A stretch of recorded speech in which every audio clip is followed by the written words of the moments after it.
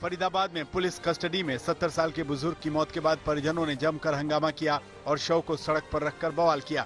आरोपों के मुताबिक दो पक्षों में हुए झगड़े के बाद पुलिस ने 70 साल के बुजुर्ग को पूछताछ के लिए बुलाया था। आरोपों के मुताबिक बुजुर्ग से मारपीट की गई और थाने से आने के कुछ दिन बाद उनकी मौत हो गई। परिजनों के हंगामे के बाद एसीपी ने कहा कि पूरे मामले की जांच की जा रही है। बुजुर्ग के शव को पोस्टमार्टम के लिए भेजा जाएगा और रिपोर्ट के आधार पर कार्रवाई की जाएगी।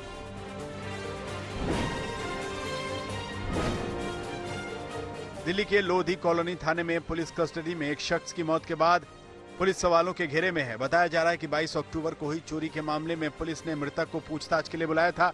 मृतक के परिजनों की माने तो पुलिस मृतक को छोड़ने के लिए पैसे मांग रही थी और पैसे न देने की एवज में उन्होंने मार मार कर उसे मार डाला।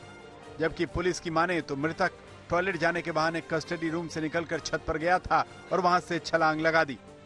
कस्टडी में हुई मौत के बाद एएसआई विजय कुमार को सस्पेंड कर दिया गया है, जबकि दो कांस्टेबल राजेंद्र और संदीप को लाइन हाजिर कर दिया गया है। मृतक के शव को पोस्टमार्टम के लिए भेजकर पूरे मामले की जांच की जा रही है।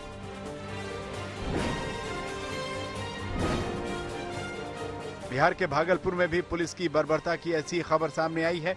यहां नवगछिया पुलिस ने मामूली विवाद में सॉफ्टवेयर इंजीनियर को थाने ले गई और उसे इतना पीटा कि कस्टडी में ही सॉफ्टवेयर इंजीनियर की मौत हो गई।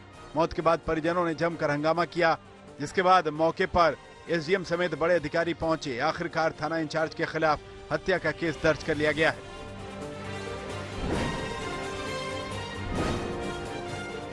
राजस्थान के धौलपुर मनिया थाना क्षेत्र में एक नाबालिग से रेप का प्रयास किया गया। आरोपी ने खेत में नाबालिग के साथ रेप की कोशिश की। लड़की बेहोशी की हालत में परिजनों को खेत में मिली। लड़की की हालत देखकर लग रहा था कि उस पर जानलेवा हमला भी हुआ था। परिजनों की शिकायत के बाद पुलिस ने आरोपी को गिरफ्तार कर लिया है।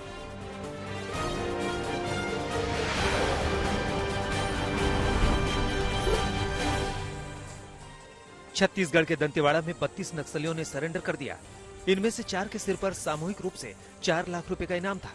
आत्मसमर्पण करने वाले नक्सलियों में 10 महिलाएं शामिल हैं, जिन्होंने पुलिस की पुनर्वास नीति से प्रभावित होकर सरेंडर करने का फैसला किया।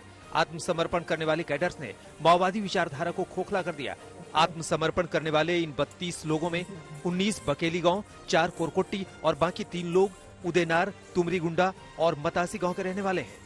सुरक्षा के मसले को देखते हुए पुलिस ने इनकी पहचान को उजागर नहीं किया है।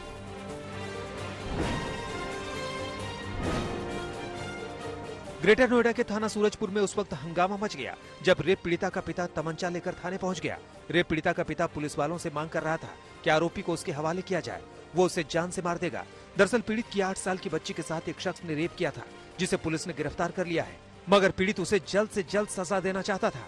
काफी देर हंगामे के बाद आखिरकार पुलिस ने पीड़िता के पिता को समझा बुझाकर वापस भेजा।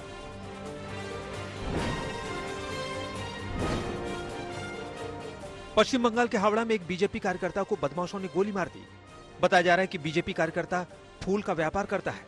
फूल बेचकर घर लौटते वक्त बाइक पर सवार बदमाशों ने बीजेपी कार्यकर्ता को गोली मारी। बदमाशों ने 3 गोलियां मारी और फरार हो गए। गंभीर हालत में बीजेपी कार्यकर्ता को अस्पताल में भर्ती किया गया है, जहां उसका इलाज चल रहा है। पुलिस जांच कर रही है कि बीजेपी कार्यकर्ता को किसने और क्यों गोली मारी।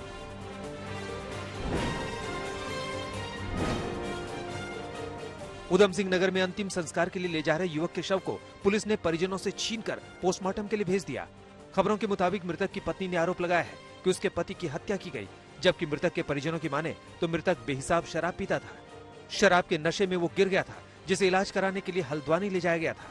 हल्द्वानी में इलाज के दौरान उसकी मौत हो गई, मगर मृतक की पत्नी की शिकायत के बाद पुलिस ने एक्शन लिया। अब पोस्टमार्टम रिपोर्ट के बाद सच सामने आएगी कि इस शख्स की मौत कैसे हुई।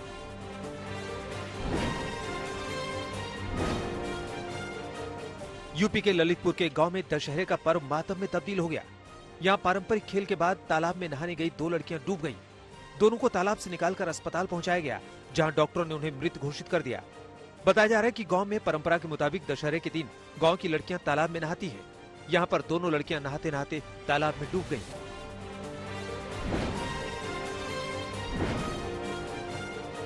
यूपी के शामली में 2 पक्षों में हुई सियासी रंजिश खूनी लड़ाई में तब्दील हो गई।